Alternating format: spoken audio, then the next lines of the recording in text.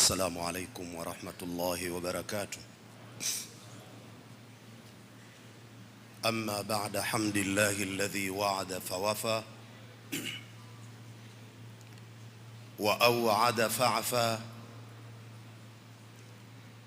والصلاة والسلام على سيد الشرفاء وآله وصحبه أهل الكرم والوفاء، ومن سار على نهجه إلى اللقاء. فرحمة ربنا على من قال: يموت المرء من عثرة من لسانه، وليس يموت من عثرة من الرجل. فعثرته من لسانه تبري قتله، وعثرته من الرجل تبري على مهل.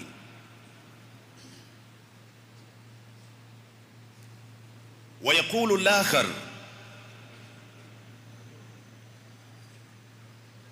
كل الحوادث مبدأها من النظر، ومعظم النار من مستصغر الشرر.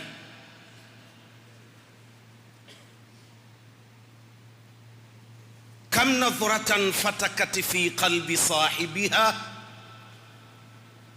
فتلك السهام بلا قوس ولا وتر. حاضرون،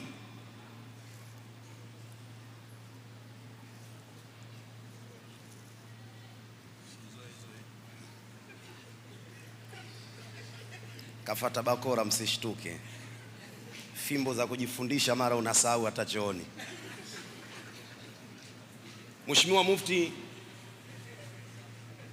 na Shekhe Mkuu wa Tanzania Daktari Sheikh Abubakar bin Zubair bin Ali, Mwenyezi Mungu akulinde na akuweke katika hidaya yake na taufiki zake.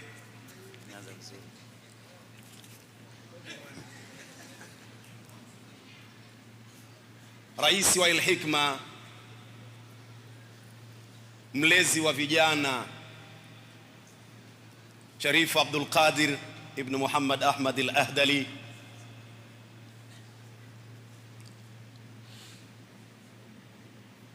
muandaaji wa jambo hili, rafiki yangu, ndugu yangu Sheikh Nuruddin Muhammad Ahmad Al-Ahdali maarufu Kishkun,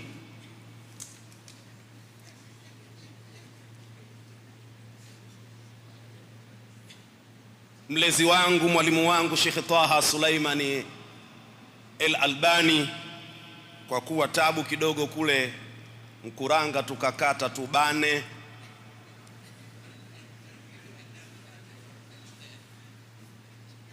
Rais wa Hay'atu Kibari Ulama Sheikh Abdallah Ndauga, mwenye mkoa wake, rafiki yangu, mkwe wangu mstaafu Sheikh Walid Ibn Sheikh Al-Hadi Umari Kawambwa El-Kasaji. Muniwie radhi nisimalize dakika 15 kwa kutaja watu. Umuhimu wa kuchuja, kuhakiki taarifa.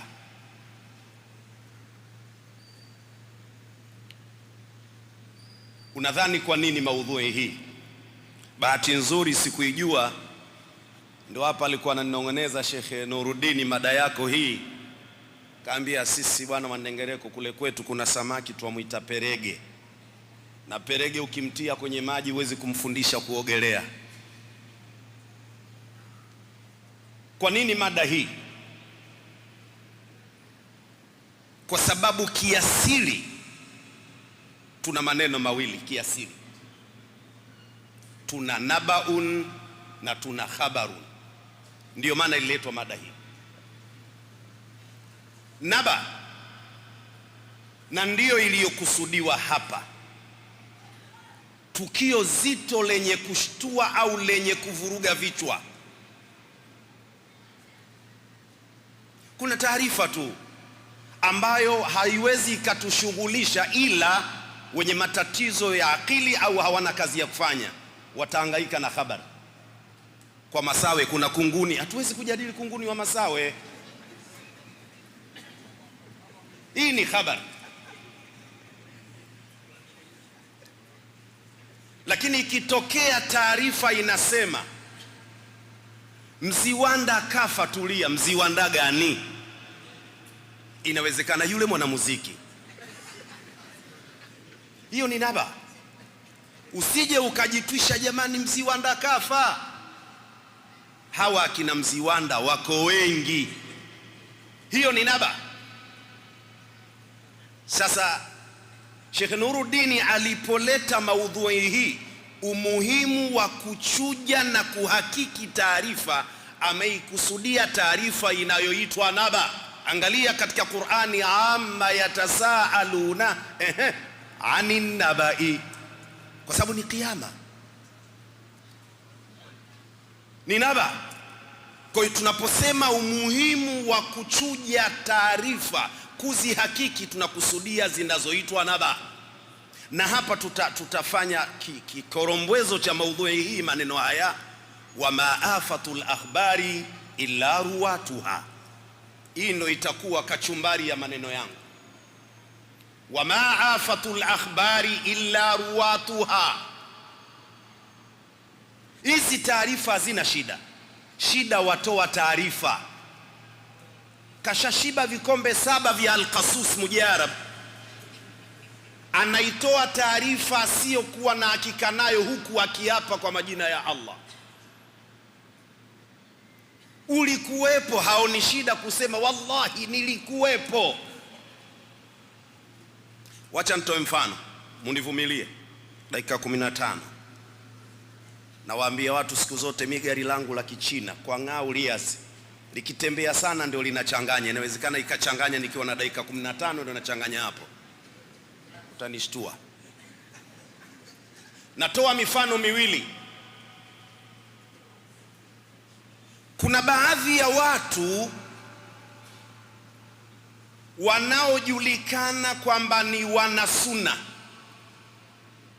wanasomesha na kuwaambia watu masufi wanaabudia makaburi. Hii taarifa ni ngumu na ni mbaya, inakwenda kuchafua Waislamu na kutengeneza chuki. Matokeo yake wale wanaofundishwa inafikia kuwachukia wale, kwa sababu ya dini wameaminishwa masufi wanaabudu nini? Makaburi. Tuvumilie umuhimu wa kuchuja na kuhakiki taarifa, hata kama wapo baadhi wanafanya hivyo. La yalzamu min alqiyami biljuz'i at-tasmiyatu bilkulli.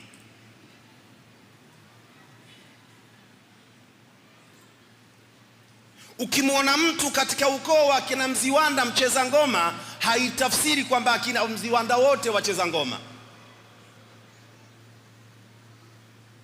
Ukimwona mtu katika mashabiki wa Yanga kamweka bondi mkewe, haina maana kila shabiki wa Yanga ikicheza anaweka bondi mkewe. La yalzamu min alqiyami biljuz'i at-tasmiyatu bilkulli. Lakini mfano wa pili, masufi wapo baadhi wanawaaminisha wanafunzi wao, nitumie kwa lugha ambayo jina linalotumika, mawahabi hawampendi mtume. Wanawaaminisha hivyo, mawahabi hawataki kumswalia mtume. Ni kuaminishana. Hawa wanawaita wenzao waabudia makaburi, na hawa wanawaambia wenzao eti hawampendi mtume, hawamswalii mtume. Swala zao zitakubalika? Yupo anayeswali bila kumswalia mtume? Kwa hiyo ni taarifa za kutengeneza, zinakwenda kutengeneza mripuko mkubwa wa chuki na uadui. Wakati mwingine mtu analisema hili akiamini neno la kawaida tu. Kullu alhawadith mabdauha minan nadhar. Utasafirisha hapo, chukua hapo, peleka kwingine. Matukio yote haya unaweza ukaona chanzo kikuu kinawezekana kilikuwa ni kuona. Wa mu'dhamu nari min mustasghari sharari, kama alivyopita mwenyekiti wa Jumuiya ya Maridhiano na Amani.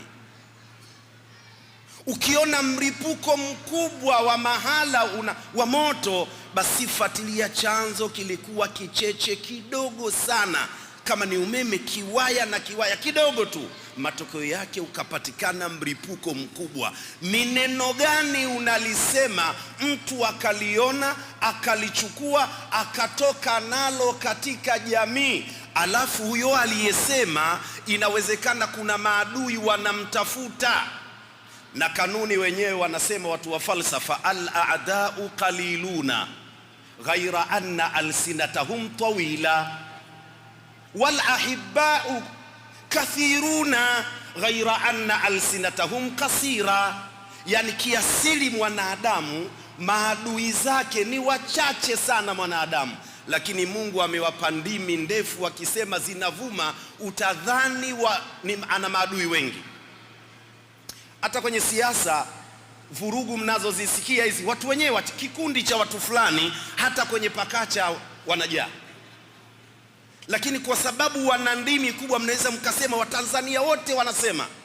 Lakini kumbe Mungu ametengeneza kiasili, wapenzi wa mwanadamu ni wengi, lakini hawajajaaliwa ndimi za kusikikwa. Sasa ukisema neno bofu, kuna hatari wakajitwisha maadui, kachafua hali ya hewa. Tuwe makini sana. Hata hawa waliotajwa hapo wako live, wazee wa live, wakati mwingine hawa nao ni shida. Hawa wama afatul akhbari illa ruwatuha. Kwa sababu hawa hata kama wanashughulika na dini, tuweni wa kweli, shida ya ukubwa hawa, kuna kitu kinaitwa viewers. Wama adraka ma viewers. Hawa ndiyo shida yao. Hata kama utamuona na sajida kama kiganja cha mkono, la yuridu illa viewers, shida yake ni viewers.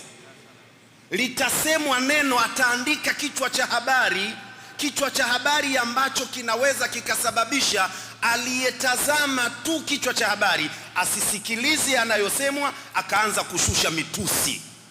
Atatukanwa huyo aliyesema, siwezi kumsikiliza mshenzi kadha kadha kadha. Kasababisha nani? Sahibul viwazi. Wama afatul akhbari illa ruwatuha. Kuna umuhimu wa kuhakiki na kuzichuja taarifa. Huwezi ukaandika kichwa cha habari cha kuvutia ambacho hakina ukakasi. Kinaandikwa kichwa cha habari, watu hawajasikiliza, wanaanza kumtukana. Baadaye mtu akiamua kusikia, kumbe kasema hivi. Lakini mwingine kupitia kichwa cha habari anachukia na anatoka na nawaitu sitoelewa. Kwa hiyo hata akisikiliza yeye akashajilazimisha, hataki kuelewa nini kilichosababisha. Kichwa cha habari cha hawa ashabul viwazi.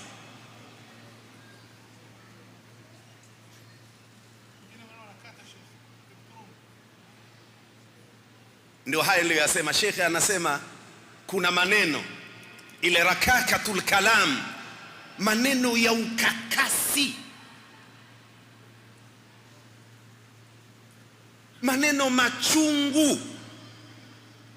Sasa tuweni makini sana katika taarifa, kuzipokea lakini pia na kuzitoa. Aya 6 Suratul Hujurat, muda hautanitosha. Mbingu 7, ardhi 7. Aya hii ina vitu 7. Suratul Hujurat aya 6 ina vitu 7. Muda hautoshi. Msikilize Rabbul Izzati wal Jalal. Kwanza kawataka hili linalokwenda kusemwa, si kila mtu ataliweza. Sharti awe na sifa ya imani. Kama una imani utaishi utakavyo. Allah anaongea na wenye imani, sio kila mtu mbugila. Ya ayyuhalladhina amanu, kawataka hawa ili nawe uonekane ni muumini. Jiingize hapa, ishi anavyoelekeza Allah. Ya ayyuhalladhina amanu, nyanyuka, kaa sawa sawa, sikiliza nini Allah anaongea na waumini. Injaakum fasiqun, kitu cha pili akatajwa mtu anaitwa fasik. Tukikaa kwetu kule Rufiji hakuna medias. Akikuuliza mtu fasiki ni nini, ni mtu mwenye tabia za kinyama. Kwa lugha ile ngumu tunong'one walio nje wasisikie, mshenzi wa tabia. Huyu akikuleteni injaakum fasiqun bi, ni jaa bi, limekuja kufanya kazi ya taadia, sio amekuja amewaletea. Kaja, unayo habari mufti kapigwa, usishtuke kwanza. Mufti gani? Atakwetu Maputo mufti yupo, sikurupuka tu mufti kapigwa. Na jamani, mufti kapigwa. Silitokea mwaka juzi ile taarifa, Messi kafa, auto Messi kafa, kumbe Messi wa Mbagala Kijichi, Mtoni Kijichi. Injaakum fasiqun, huyu akikuleteni binabain, Mungu katumia akusema bikhabarin. Kitu cha pili fasik, kitu cha tatu ni naba. Shida ni naba. Binabain, kawaletea taarifa nzito inayovuruga vichwa vyenu, inayoshtua nyoyo zenu. Usichukue jambo la kawaida. Lugha ngumu imetumika katika aya hii. Mashekhe wakikaa darasani unaweza ukaisiraha kwa vitu alivyoviweka Mungu hapa, vocabulary alizozitumia Mungu kunako aya hii. Mtu fasik, mtu pori, mtu wa hovyo anawaletea taarifa nzito ya kushtua. Kabla hujamsimulia mwingine, kabla hujaiandika katika simu yako, katika la kwanza tabayanu, ihakikini hiyo taarifa, ichujeni. Jambo la nne, aliyeitwa kusikiliza ujumbe ni muumini. Mtu huyu anaambiwa afuatilie mletaji, shida ni fasiki wa cha pili. Jambo la tatu ni naba, na jambo la nne atabayunu. Hata katika sheria unapoulizwa swali, lisikilize swali, ujibu kwa mujibu wa muulizaji, akakae sawa sawa, kwa sababu katika masala ya hukumu kuna alhukmu ala al-asli wal hukmu ala sabab. kuna hukmu ala al-asli wal hukmu ala sabab. Al-hukmu ala al-asli bi ikhtilafi al-ulama, kwa mfano ndoa ni sunna muakkada katika madhhabu ya Imam Shafi. Hii ndio al-hukmu ala al-asli. Lakini wal hukmu ala sababi, mtu anamuoa mwanamke kwa sababu babake alikuwa na ugomvi naye, sasa anataka kumnyosha binti yake, atakoma. Huyu anataka amuoe binti wa ambaye mgomvi wake, ili akamtese huyu, hadhihi bitilka. Hukumu inabadilika. Hii ni alhukmu ala sabab. Tunasema ndoa hii ni haramu kwa sababu la dharara wala dhirara. Fatabayan, lazima uhakiki.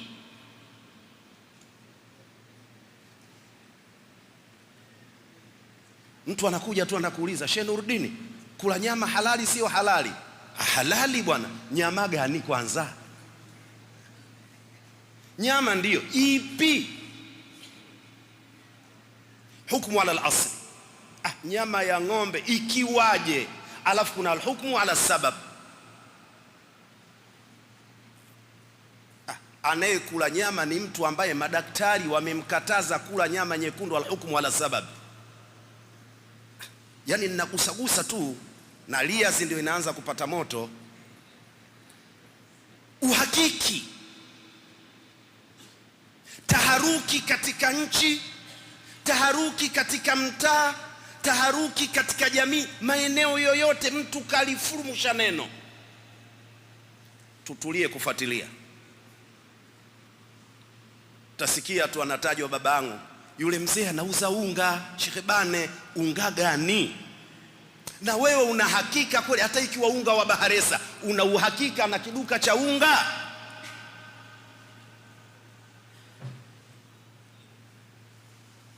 Ilikuja taarifa kipindi fulani tukawa tunavurugana hapa, alikuja Alhabibi Popobawa. Shekhe, mji ulipata taharuki kwa Alhabibi Popobawa. Wa madaraka ma Popobawa, yani mtu mmoja katulia anavuruga jamii.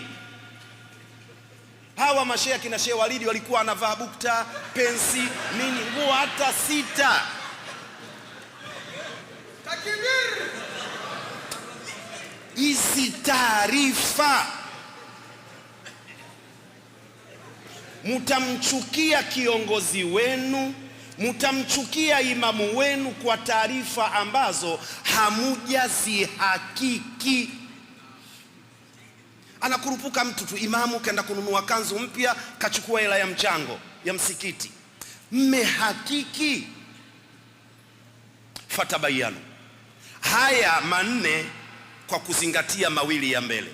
Antusibu kauman al-isaba. La pili ambalo ni la 6, bijahala. Msije mkawa hukumu ama kuwashughulikia ama kuadhibu watu fulani kwa taarifa za kutengeneza bijahala. Tafsiri yake nini? Kumbe ili utoe hukumu, ili utoe taarifa isiwe bijahala, iwe ala ilmin. Shida watu wengi wanafanya maamuzi bijahala, hana uhakika, hajui ukweli na uhakika wa hicho alichokipokea. Hakiki taarifa kwanza. Maafa yake ni nini? Fatusbihu ala ma faaltum nadimin, mtakuja kujijutia baadaye. Na sisi tumejijengea utamaduni wa kuvunja sheria. Watu wa sheria hawa akina Sheikh Bane huwa wanasema arrujuu ila alhaqi fadila, yani mtu kukoma na kujirekebisha akarudi kwenye haki ndiyo jambo bora. Lakini mtu hawezi kukubali, mtu anajua pale nilivurunda, anakomaa tu. Muda umenikimbia na ninahisi zimekwisha kama haijabakia 1:30. Lakini nakuombeni Waislamu, Qur'ani kwanza imetutaka tuwe tunazihakiki taarifa nzito zozote zile. Wanasiasa, tukianza na hawa wanasiasa kwa maslahi yao, wanasiasa kwa maslahi yao hawaoni tabu kumtukana kiongozi ili yeye apate muradi wake. Na sisi kwa sababu tumesikia kwenye redio, nasikia vitu hivi, mimi nakwambia yule hafai, kasikia tu. Haiwezekani we mwanamume ujue kuna vitu kama 5 vinakutazama wewe. Ndio maana ukaambiwa arrijalu qawamuna. Sifa ya kwanza, wewe unakuwa kwa sababu wewe ni mwanamume. Sifa ya pili, Muislamu. Sifa ya tatu sihitaji, aliwahi kuisema siku moja Sheikh Walidi, yani rasani.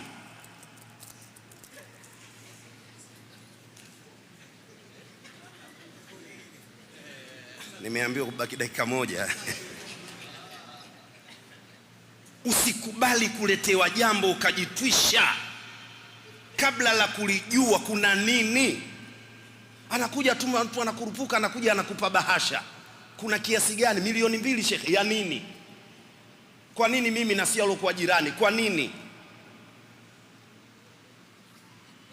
So unapewa tu bahasha unajitwisha. Inawezekana anakulainisha, anataka akutume katika mpango wa kumuua mtu au. Umakini, tuchujeni taarifa, tuziseme na tuziandike zile ambazo tuna uhakika nazo. Mtu mmoja alisema, wama min katibin illa sayafna wa yabqa ad-dahra ma katabat yadahu fala taktub bikaffika ghayra shay'in yasurruka fil qiyamati an tarahu. Hayupo mwandishi yoyote aandike anachokitaka, sawa wa habari au sisi wazee wa simu, isipokuwa ajue mwisho wa siku ataandika anachokiandika, lakini lazima atakufa. Lakini kitaendelea kusalia milele katika ulimwengu kile ambacho walikiandika. Wewe umekufa, uliandika nini? Umeacha nini? Kama uliacha matusi na kashfa, umeondoka, umebakisha kashfa, watu wanaendelea kusoma. Maana yake hii unaendelea kuvuna asasi yako. Bas fala taktub bikafika ghaira shay'in, usikubali kwa kutumia mkono wako kuandika isipokuwa kile ambacho yasurruka fil qiyamati an tarahu. Mwisho, nimechukua kama dakika 3 za ziada. Nilishamwambia Sheikh Kishki naweza nikapora hata 4, lakini mwisho niwaombeni walimu zangu, wazee wangu, mashekhe zangu. Mwisho, kuna watu wanaamini sisi tunasema haya eti kwa sababu Mama Samia ni Muislamu. Tuendelee kuwa tulivyokuwa, hata akija rais Mkristo tuendelee kuipambania nchi yetu. Baba yangu Sheikh Twaha alisema hubbul watani min al-iman. Tusimame hapa kwa sababu sisi nchi yetu ni amani. Sheikh Al-Hadi amesema kuna watu wanatusifu na kutuchafua eti Waislamu dini yao ya ugaidi. Tuwakatalie kwa vitendo. Sisi si magaidi. Uislamu ni amani. Na tunapofikia kudai haki zetu, tudai kwa utaratibu aliotuachia Bwana Mtume Muhammad. Sina maana kwamba hata tukifanywa jambo baya tushangilie. Tudai haki kwa misingi tuliofundishwa kwenye dini yetu. MC Maalim Haruna maarufu Lipumba alisema njia nyepesi ya kutoboa ni kuishi kwa kitabu na sunna. Hadha walikulli jawadin kabua walikulli sarimin nabua. Wassalamu alaikum wa rahmatullahi wa barakatuh.